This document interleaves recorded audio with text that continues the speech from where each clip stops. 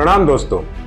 आज हम ऐसे मुद्दे पर बात करेंगे जो सीधे आपके और मेरे जीवन से जुड़ा हुआ है। आज बात होगी सड़क हादसों की, उन मौतों की जिन्हें टाला जा सकता था।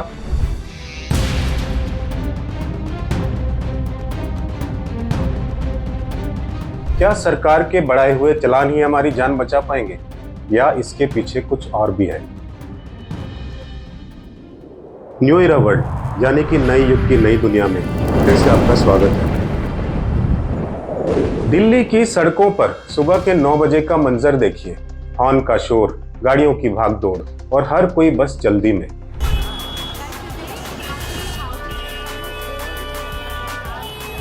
क्या कभी सोचा है इस जल्दबाजी की कीमत क्या हो सकती है? ये कोई फिल्मी सीन नहीं है दोस्तों, ये हकीकत है। हर 4 मिनट में एक भारतीय सड़क हादसे में अपनी जान गंवा देता है। सोचिए, जब तक आप ये वाक्य सुन रहे हैं शायद किसी परिवार ने अपना कोई खो दिया है। ये सिर्फ आंकड़े नहीं हैं, ये उन परिवारों का दर्द है जिनकी कहानियां अधूरी रह गई। इस गंभीर समस्या से निपटने के लिए सरकार ने क्या किया? सरकार ने कुछ कदम उठाए, जुर्माने बढ़ा दिए, जेल की सजा का प्रावधान कर दिया गया, लाइसेंस रद्द हो रहे हैं। लेकिन क्या ये सिर्फ डर पैदा करने के लिए है या इसका मकसद आपकी अनमोल जिंदगी को बचाना है? चलिए एक नजर डालते हैं उन कुछ बड़े बदलावों पर। ट्रक ड्राइवर्स शराब पीकर अगर गाड़ी चलाते हैं अब सीधा 10,000 का जुर्माना और 6 महीने की जेल। दोबारा पकड़े गए तो 15,000 का जुर्माना और 2 साल तक की जेल। बिना हेलमेट बाइक या स्कूटी पर हेलमेट नहीं पहना, 1,000 रुपए का जुर्माना और 3 महीने के लिए लाइसेंस सस्पेंड। वैसे ये सिर्फ चालान नहीं है, आपकी जान का सवाल है, उस तरफ ज्यादा तवज्जो दीजिएगा। गाड़ी चलाते हुए मोबाइल पर बात करना अब आपको 5,000 में पड़ सकता है। एक छोटी सी आदत एक बड़ी दुर्घटना का कारण बन सकती है। रेड लाइट अगर आपने जंप की, लाल बत्ती पार की, अब कोई मामूली बात नहीं रही है, 5,000 का भारी जुर्माना इस पे लगा दिया गया है। 3 लोग अगर बाइक पर पाए गए, 3 बाइक सवार, खतरा है 1,000 का जुर्माना। साथ ही साथ बिना लाइसेंस के अगर आप गाड़ी चलाते हो तो सीधा 5,000 का जुर्माना। इसका एक्सीडेंट से या किसी चीज से क्या लेना देना है, ये आप सोच के कमेंट करके बताइएगा। गाड़ी का इंश्योरेंस नहीं है, इंश्योरेंस नहीं कराया तो तैयार रहिए 2,000 से 4,000 तक के जुर्माने के लिए। ओवर स्पीडिंग, तय सीमा से अगर गाड़ी तेज चलाई, अब इस पर 5,000 तक का जुर्माना लग सकता है। तो आप क्या सोचते हैं, क्या ये सख्ती सिर्फ सरकारी खजाने भरने के लिए है या इसका मुख्य उद्देश्य हमारी जान की सुरक्षा है? अपनी राय कमेंट्स में जरूर बताइएगा। चालान का असर क्या है? क्या कड़वी सच्चाई है? क्या इसका फायदा है? क्या इसमें भ्रष्टाचार है? बेशक इन बढ़े हुए चालानों के कुछ फायदे भी सामने आए हैं। लोग डर से ही सही नियमों का पालन करने की कोशिश कर रहे हैं।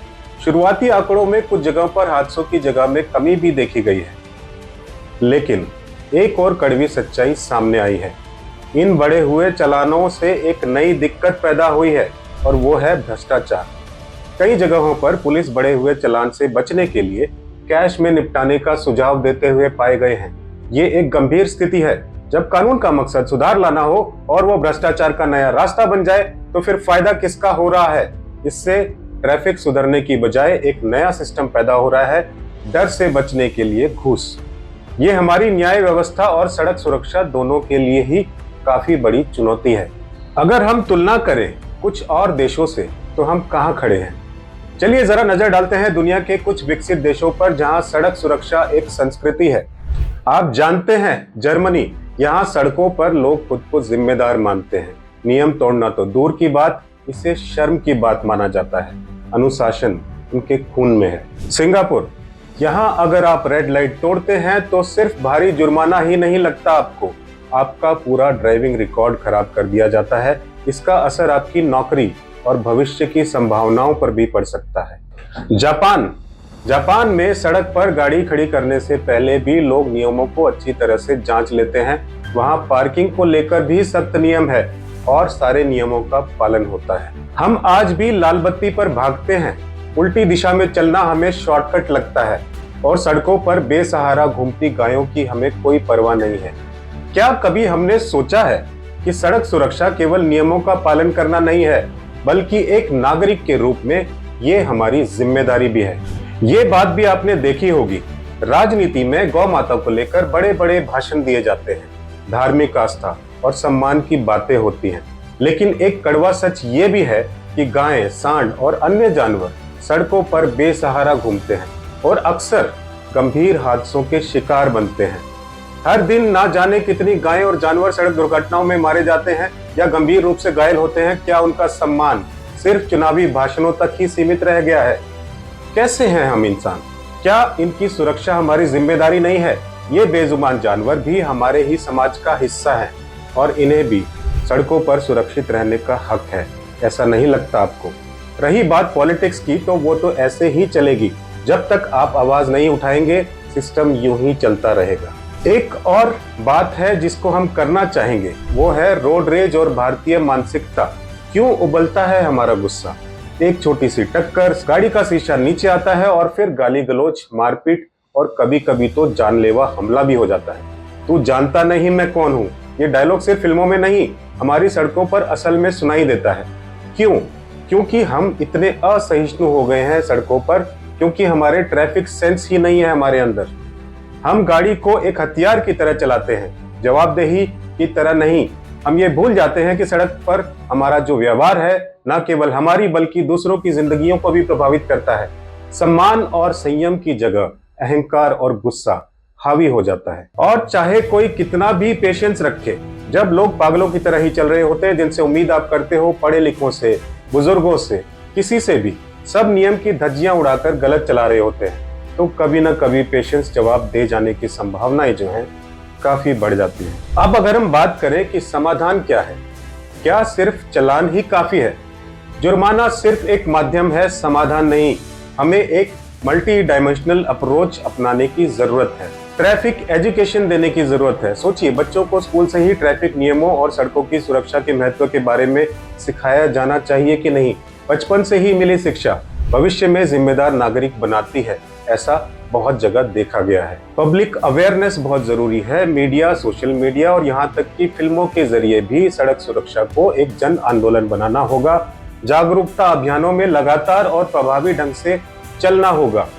सिस्टम के अंदर और ट्रांसपेरेंसी लानी होगी। सिस्टम को पारदर्शी बनाना होगा। चालान प्रक्रिया को पूरी तरह से ऑनलाइन कर देना चाहिए। पुलिस कर्मियों को बॉडी कैम दिए जाएं ताकि वो जो भी कार्रवाई करें उनकी रिकॉर्डिंग उपलब्ध हो। इससे भ्रष्टाचार पर लगाम लगेगी और जनता का विश्वास बढ़ेगा। इंफ्रास्ट्रक्चर में सुधार लाने की काफी जरूरत है।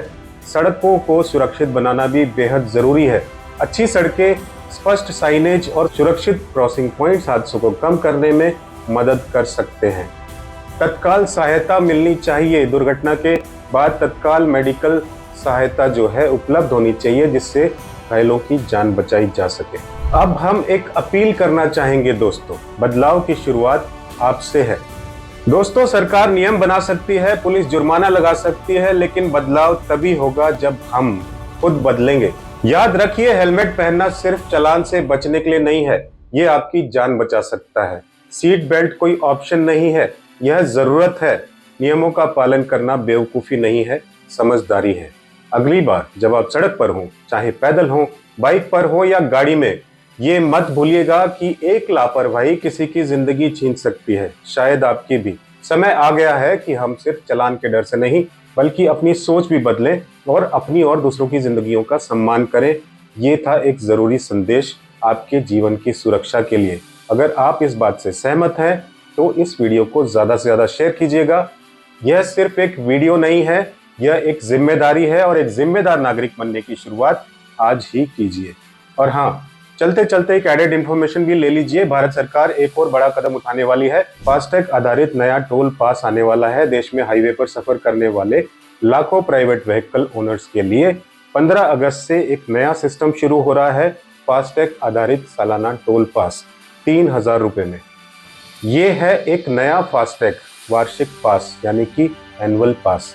3000 में 1 साल की वैधता या 200 यात्राएं जो पहली पूरी होगी वो मान्य रहेगी। केवल प्राइवेट नॉन कमर्शियल गाड़ियां जैसे कार, जीप, वैन, इन सब के लिए ही मान्य होगा ये। तो दोस्तों, नियमों का पालन कीजिए, स्मार्ट यात्रा कीजिए और एक जिम्मेदार नागरिक बनिए।